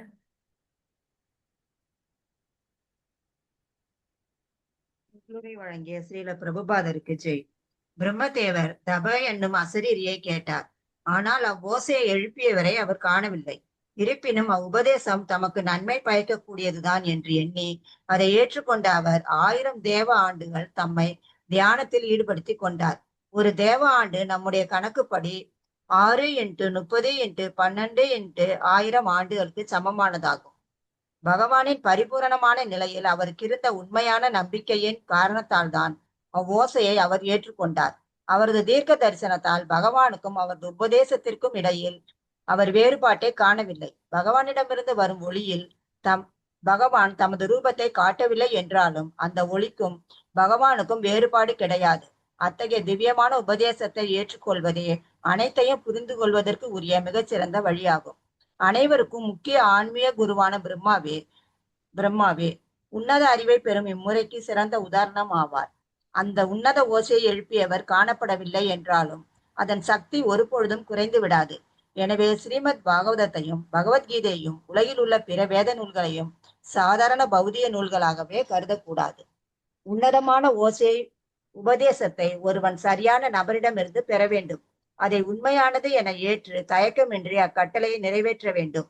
ஒரு உண்மையான ஆன்மீக குருவிடமிருந்து ஓசையை பெறுவதில்தான் வெற்றிக்குரிய ரகசியம் உள்ளது. பௌதிகமாக உற்பத்தி செய்யப்பட்ட ஓசைக்கு சக்தி கிடையாது. இதனால் அங்கீகரிக்கப்படாத நபரிடமிருந்து பெறப்படும் ஓசை உபதேசமாக தென்பட்டாலும் அதற்கு சக்தி கிடையாது. இதனை கண்டுகொள்ள ஒருவன் போதுமான தகுதி உடையவனாக இருக்க வேண்டும். பகுத்தறிவினாலோ அல்லது அதிர்ஷ்டத்தினாலோ உபதேசத்தை ஒருவனால் உண்மையான ஆன்மீக குருவிடமிருந்து பெற முடியுமானால் முக்தி அடைவதற்கு உரிய அவனது வழி உத்தரவாதம் உள்ளதாகும். ஆனால் பிரம்மதேவர் தமது ஆன்மீக குருவான பகவானின் கட்டளையை நிறைவேற்றியதைப் போலவே உண்மையான ஆன்மீக குருவின் கட்டளை நிறைவேற்றுவதற்கு சீடன் தயாராக இருக்க வேண்டும். இதுவே சீடனுக்கு உள்ள ஒரே கடமையும் வெற்றிக்குரிய ரகசியமும் ஆகும். பிரம்மதேவர் தமது இருவித புலன்களை புலனறிவின் வாயிலாகவும் புலன் உறுப்புகளின் வாயிலாகவும் கட்டுப்படுத்தினார். ஏனெனில் அத்தகைய புலன்களை பகவானின் கட்டளையை நிறைவேற்றுவதற்கு அவர் ஈடுபடுத்த வேண்டியிருந்தது. எனவே புலன்களை கட்டுப்படுத்துதல் என்பது அவற்றை பகவானின் உன்னத தொண்டில் ஈடுபடுத்துவதை குறிக்கிறது. பகவானின் கட்டளை உண்மையான ஆன்மீக குருவின் வாயிலாக சீட பரம்பரையில் கீழிறங்கி வருகிறது. இதனால் ஆன்மீக குருவின் கட்டளை நிறைவேற்றுவதே உண்மையான புலனடக்கமாகும். பிரம்மதேவர் முழு நம்பிக்கையுடனும் இதயபூர்வமாகவும் தவத்தை நிறைவேற்றினார். இந்த பிரம்மாவை பிரபஞ்சத்தின் சிருஷ்டிகர்த்தாவாக ஆக்கும் அளவிற்கு மிக பெரும் சக்தி வாய்ந்தவராக அவரை மாற்றியது. அவரால் அத்தகைய சக்தியை அடைய முடிந்ததால் அவர் தபஸ்விகளில் மிகச் சிறந்தவர் என அழைக்கப்படுகிறார். தேங்க்யூ மாதாஜி. ஹரே கிருஷ்ணா.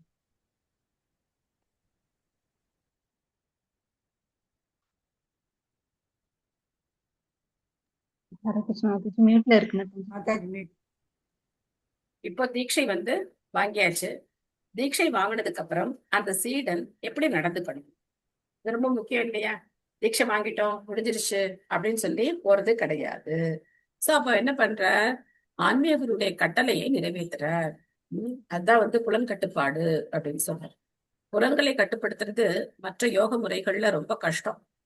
என்னென்னமோ தலைகீழா நின்னு பார்த்தாலும் புலன்கள் கட்டுப்படாது.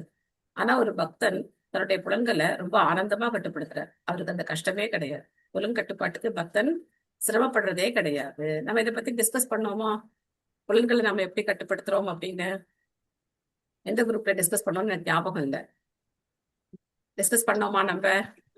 பண்ணோம் மாதாஜி. அம்பரீஷ் மாதிரி மாதாஜி, அம்பரீஷ் மாதிரி கண்ண அதான மாதாஜி? ஆமா, ஏகாதசி ஒன்னொன்னு புலன்களையும் கண்ண நாக்க வந்து பகவான நம்ம பாக்குறதுக்கு, வந்து கால பகவானுடைய அவருடைய பிரசாதத்தை தாளத்தை சாப்பிடுறது மூலமா போக்குறதுக்கு, நாக்க கட்டுப்படுத்துறோம். வாய வந்து பகவானை வந்து பாக்குறது மூலமா பூவை கண்ணை வந்து பகவானுக்கு கட்டுப்படுத்துறோம். படிச்சுட்டு நமக்கு use பண்ணணும். ம் சோ அது மாதிரி புலன் கட்டுப்பாடு நமக்கு எப்படி இருக்கு? ஆனந்தமா இருக்கு. யாருக்காவது கஷ்டமா இருக்குமா? பகவானை போய் பார்க்கணுமே, ஆஹா ரொம்ப கஷ்டமாச்சே அப்படின்லாம் இருக்குமா? ஆனந்தமா இருக்கும் இல்லையா? ஆனந்தமா பகவானுடைய திவ்யமான ரூபத்தை பாக்குறது, பகவத்கீதை பாகவதம் இந்த உபதேசங்களை நம்ம கேட்கறது, படிக்கிறது. சோ இந்த ஒளி அதிர்வுக்கும் பகவானுக்கும் எந்த வேறுபாடும் கிடையாது. நாம சிந்தாமணி கிருஷ்ணஸ்ய சைத்தன்ய ரச விக்கிரக பூர்ண சுத்தோ நித்திய முக்தோ அபிநத்வான் நாம நாமினக அப்படின்னு சொல்லப்பட்டிருக்கு பத்ம புராணத்துல. நாம சிந்தாமணி கிருஷ்ணஸ்ய, கிருஷ்ணனுடைய நாமம் சிந்தாமணி நாமம். அது வந்து பூரணமானது. ரச விக்கிரக, ரசம் அப்படின்னா பகவான் எல்லா ரசங்களுக்கும் மூலமானவர். அந்த மாதிரி நாமத்திலே எல்லா ரசங்களும் இருக்கு. நமக்கு அது இப்ப தெரியல. அந்த கிருஷ்ணா அப்படிங்கிற நாமத்துல அந்த பகவான் ஸ்ரீ கிருஷ்ணருக்கு இருக்கிற அத்தனை சக்திகளும் அத்தனை ரசங்களும் அந்த நாமத்திலையும் இருக்கு. அப்போ அபிநத்வான் வேறுபாடே கிடையாது. அதே மாதிரி பகவானுடைய உபதேசமான பகவத்கீதைக்கும் பக்தர்களோட பகவான் செய்த லீலைகளான பாகவதத்துக்கும் எந்த வித்தியாசமும் கிடையாது. இது பகவானுடைய மொழி வடிவம். அதனால அந்த ஓசை வடிவத்துக்கும் பகவானுக்கும் வித்தியாசம் கிடையாது அப்படிங்கிறத பிரம்மா புரிஞ்சுட்டு என்ன பண்ற, தன்னுடைய புலன்களை கட்டுப்படுத்தி தன்னுடைய கர்மேந்திரியங்கள் ஞானேந்திரியங்கள் எல்லாத்தையும் கட்டுப்படுத்தி தவம் பண்ண ஆரம்பிக்க. சோ தேவர்களுக்கு 6 மாதம் அப்படிங்கிறது நம்மளுடைய இங்க அவங்களுடைய 6 மாதம் நமக்கு இங்க ஒரு நாள், அவங்களுக்கு அது 6 மாதம். அந்த மாதிரி இன்ட்டு 12 இன்ட்டு 30 இல்லையா? ஒரு மாசம் 12, ஒரு வருஷம். இந்த மாதிரி 1000 ஆண்டுகள் அங்க ஒரு வருஷம். நமக்கு இங்க 1000 வருஷம் போச்சுன்னா அவங்களுக்கு அந்த மாதிரி அங்க ஒரு வருஷம். அந்த மாதிரி 1000 வருடங்கள் பிரம்மா தவம் செய்யறார். அப்படி தவம் செஞ்சு அவர் இந்த பிரபஞ்சத்தை படைக்கக்கூடிய அந்த ஆற்றல் அவருக்கு கிடைச்சது அப்படின்னு பார்த்தோம். சோ இந்த பிரபஞ்சத்தை படைக்கிறது அப்படிங்கிறது சும்மா கிடையாது.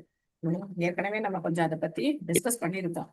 எப்படி ஒருத்தரை அகாமடேட் பண்ணணும், எத்தனை விதமான 17, 14 லோகங்கள், அதுல பல்வேறு வசதிகள், அந்த வசதிகளுக்கு ஏத்த மாதிரியான உடல்களை வந்து அவர் வந்து படைக்கணும். இதெல்லாம் நம்ம வந்து ஸ்பேர் பார்ட்ஸ் எல்லாம் எப்படி இருந்தது, அதெல்லாம் எப்படி அசம்பிள் பண்ணாங்க, அதெல்லாம் கூட நம்ம வந்து பார்த்தோம். சோ சாதாரணமான ஒரு காரியம் கிடையாது. பிரம்மா பண்றது விசர்க. ஏன்னா இந்த அத்தியாயம் முடிஞ்சு அடுத்த 10வது அத்தியாயத்தில் நம்ம பார்க்கலாம். 10 விஷயங்கள், பாகவதத்தினுடைய முக்கியமான 10 விஷயங்கள். அதாவது என்ன சொல்றது, பாகவதத்தினுடைய மிக முக்கியமான 10 தலைப்புகள் அப்படின்னு சொல்லலாம், விஷயங்கள்னு சொல்லலாம். இந்த 10 விஷயங்கள் அடிப்படையா கொண்டுதான் பாகவதம் பேசப்பட்டிருக்கு. அதை நம்ம பார்க்கலாம். அதுக்கப்புறம் இந்த அத்தியாயத்திலேயே பகவான் வந்து பிரம்மாவுக்கு உபதேசிச்ச அந்த பாகவதத்தினுடைய சுருக்கம் இல்லையா, அந்த சாராம்சமும் நம்ம இந்த அத்தியாயத்துல படிக்க போறோம். மிக மிக நீண்ட பொருளுடைகள். ஒரு பொருளுடையும் பார்த்தோம் அப்படின்னாக்க 4-5 பக்கத்துக்கு பிரபுபாதர் கொடுத்திருப்பார் அந்த 4 ஸ்லோகத்துக்கு. இங்க இந்த மாதிரி கொடுத்திருக்கார். சைத்தன்ய சரிதாமிர்தத்துல இதே ஸ்லோகங்களுக்கு வேற மாதிரி பொருளுடை கொடுத்திருக்கார். மாயாவாதத்தை எடுத்திருக்கிற மாதிரி பொருளுடை வந்து பிரபுபாதர் கொடுத்திருக்கார். சோ இதெல்லாம் படிச்சு புரிஞ்சுக்கிற அளவுக்கு நமக்கு அந்த ஞானம் எல்லாம் இல்லை அப்படின்னாலும் நாம படிக்க படிக்க படிக்க பகவானுடைய அந்த உன்னதமான தன்மை நமக்கு கொஞ்சமாவது புரிய முடியும்.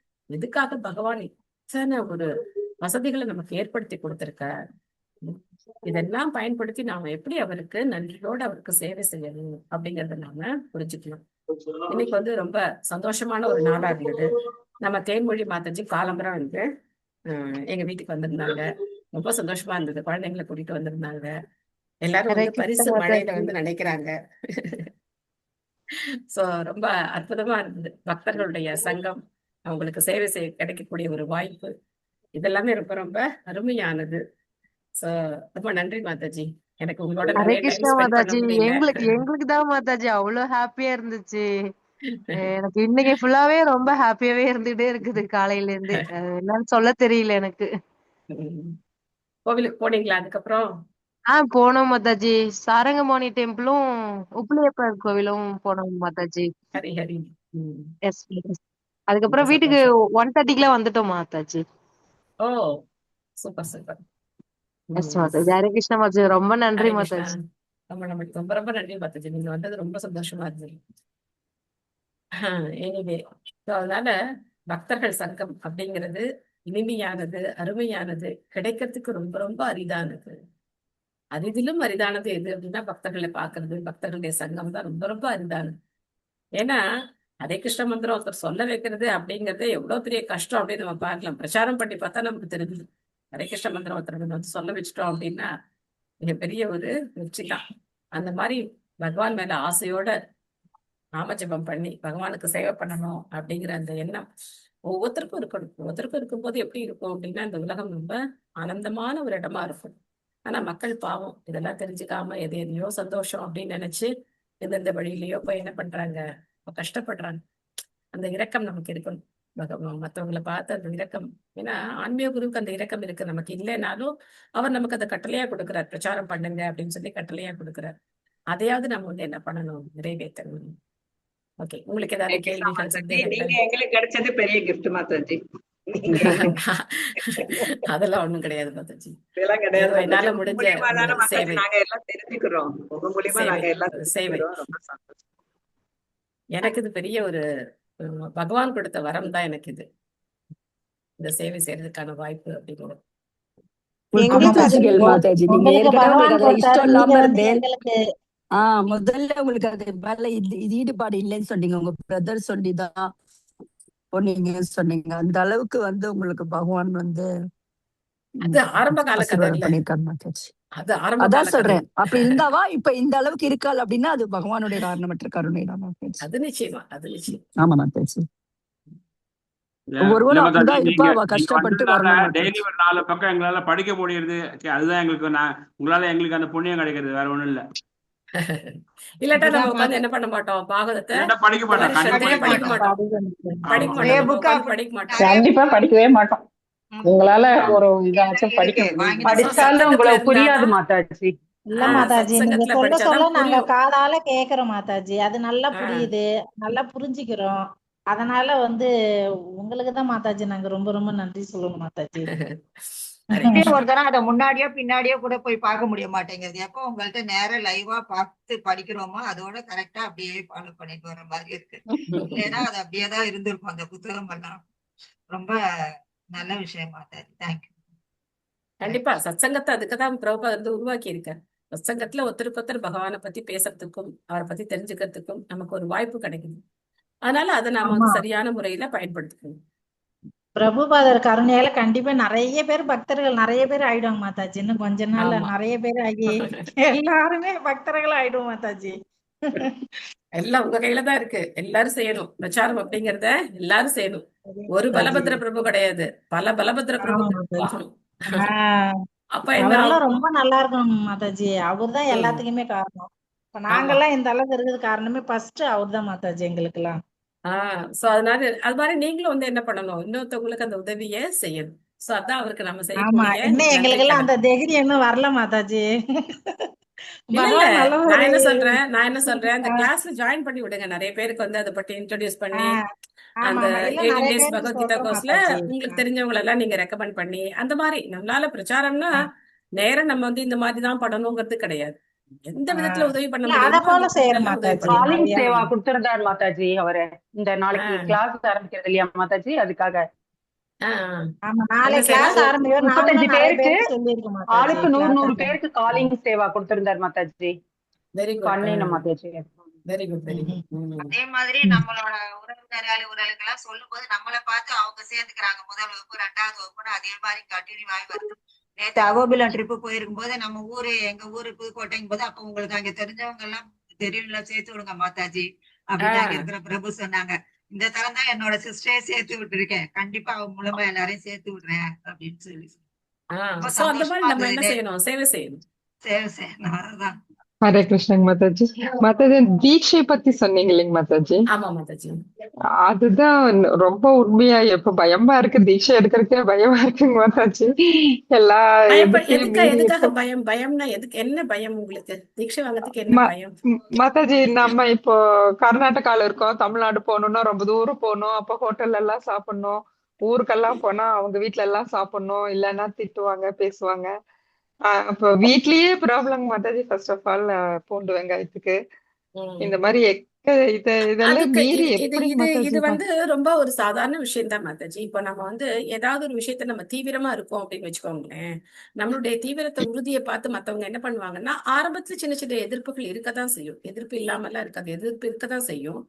அப்போ கொஞ்ச நாள் நம்ம தீவிரமா இருக்கோம் அப்படின்னாக்கா அவங்க வந்து நம்மளை விட்டுருவாங்க. இதை இனிமே நம்ம ஒண்ணும் பண்ண முடியாது அப்படின்னு சொல்லி விட்டுருவாங்க. ஸோ ஆக்சுவலா இப்ப என்னுடைய வாழ்க்கையில் நடந்த சில விஷயங்கள் நான் உங்களுக்கு சொல்றேன். நாங்க வந்து 2007 முழுசா ஃபுல்லா நாங்க வந்து 16 மாலை ஜெபம் பண்றது, 4 சட்டத்திட்டம் கடைபிடிக்கிறதுன்னு ஆரம்பிச்சோம். 2007 ஜூன்ல இருந்து நாங்க ஆரம்பிச்சோம்னு வச்சுக்கோங்களேன். அதுக்கப்புறம் 2009 நாங்க தீட்சை வாங்கினோம். அதுக்கு அடுத்து பாத்தீங்கன்னா 2010 என் பொண்ணுக்கு கல்யாணம் பண்றோம். அந்த 2007க்கும் 2009க்கும் இடையில எங்க மாமனார் இறந்துட்டாரு, எங்க மாமியார் இறந்துட்டாங்க, எங்க அப்பா இறந்துட்டாரு, எல்லாரும் இறந்துட்டாங்க. சோ இந்த 3 மரணங்களும் எங்க வீட்டுல வந்து நடந்தது. அப்ப பாத்தீங்கன்னாக்க இந்த காரியங்கள்லாம் பண்ணும் போதெல்லாம் நாங்க அங்க சாப்பிட மாட்டோம். அப்படிலாம் இருக்கும்போது என்ன ஆகும், சொந்த வீட்லயே நம்ம சாப்பிட மாட்டோம் அப்படின்னு சொன்னா எப்படிப்பட்ட பிரச்சனைகள் வரும் அப்படின்னு நீங்க வந்து பார்க்கலாம். அதே மாதிரி அவங்க இறந்த அன்னைக்கு அங்க உட்கார்ந்து நான் வந்து பகவத்கீதை படிச்சுட்டு இருப்பேன். அப்போ எங்க வீட்டுல இருக்கிற பெரியவங்க, என்னுடைய மாமியார், மத்த பெரிய மாமியார் ஸ்டேஜ்ல இருக்கிறவங்க, அவங்க எல்லாம் வந்து ரொம்ப திட்டுவாங்க. "நீ இதெல்லாம் பண்ணக்கூடாது, இதெல்லாம் பண்றது வந்து தப்பு" அப்படிலாம் திட்டுவாங்க. "உனக்கு என்ன இதெல்லாம் நீ பண்ணிட்டு இருக்க? இஷ்டத்துக்கு நீ எல்லாம் பண்ணுவியா? இறந்த வீட்டுல இதெல்லாம் வந்து பண்ணக்கூடாது" அப்படிலாம் சொல்லிட்டே இருப்பாங்க.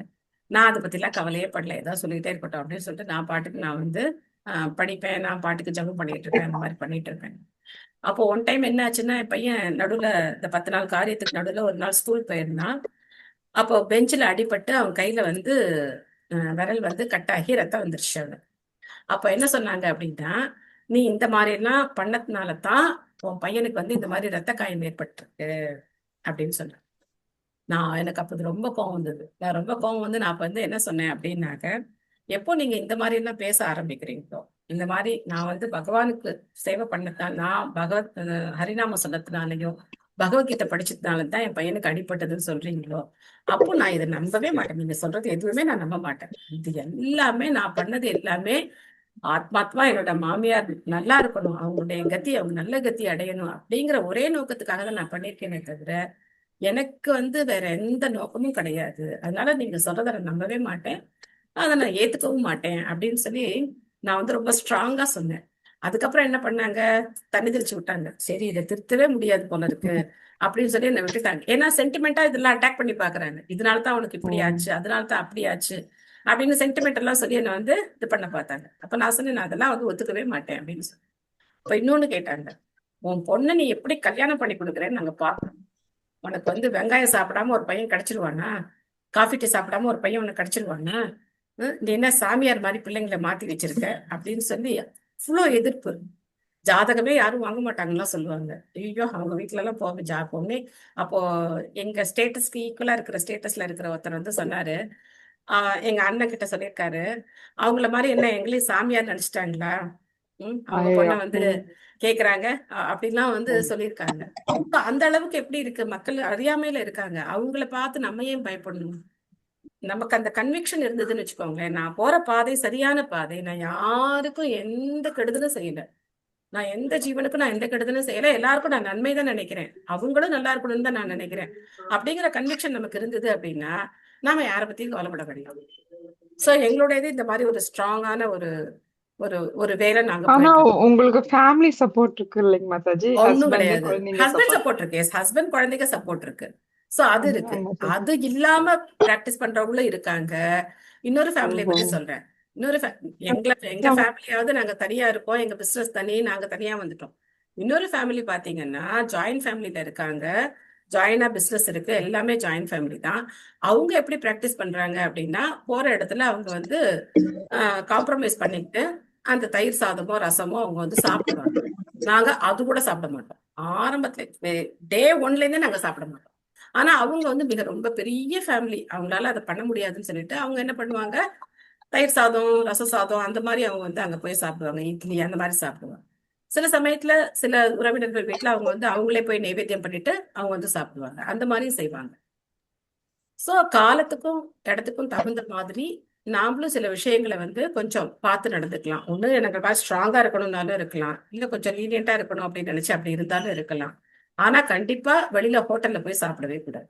ஹோட்டல்ல சாப்பிடக்கூடாது. நிறைய பேர் இருக்காங்க ஜெயின் ஹோட்டல்ல. இப்போ நீங்க மாயாப்பூர்ல இருந்து இவ்வளவு தூரம் வரீங்க மாதாஜி, அப்ப நடுவுல நான் எல்லாம் என்ன ஃபுல்லா பேக் செய்வீங்க? பண்ணிக்குவேன் மாதாஜி, ஃபுல்லா பிரசாதம் பேக் பண்ணிக்குவேன். இட்லி நல்லா இருக்கும், சப்பாத்தி நல்லா இருக்கும், ரைஸ் வந்து புளி சாதம், தயிர் சாதம்லாம் நல்லா இருக்கும். ஸோ நமக்கு எத்தனை வேலைக்கு வேணுமோ அத்தனை வேலைக்கு கரெக்டாக கால்குலேட் பண்ணி பேக் பண்ணிக்கிட்டோம் அப்படின்னா நல்லா இருக்கும்.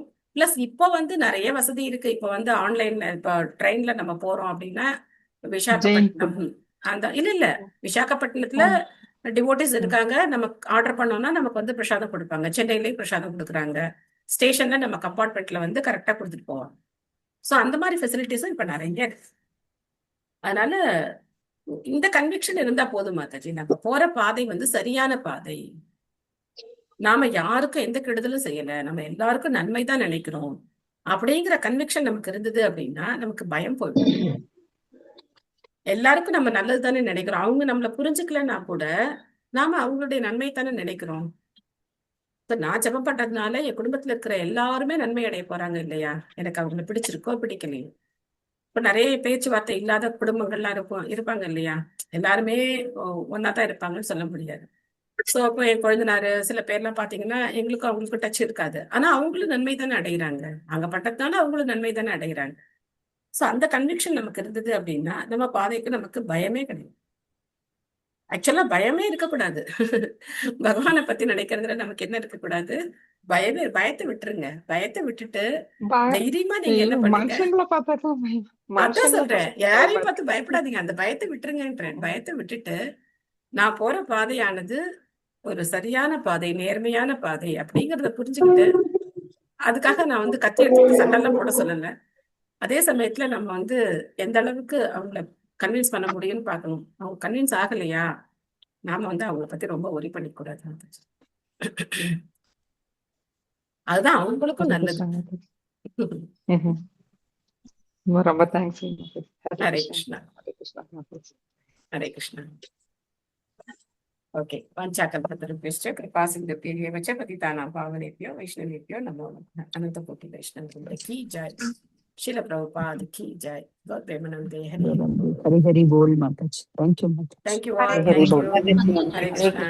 हरे कृष्णा माताजी, थैंक यू हरे माताजी। कृष्णा। हरे कृष्ण। थैंक यू माताजी। हरे कृष्णा माताजी। हरे कृष्णा माताजी। थैंक यू माताजी। हरे कृष्णा माताजी। हरे कृष्ण माताजी। हरे कृष्णा। हरे कृष्ण माताजी। Thank Hare you. कृष्ण माताजी। हरे कृष्ण माताजी। हरे कृष्णा. हरे कृष्णा. என்கிட்ட கொடுத்துறேன்.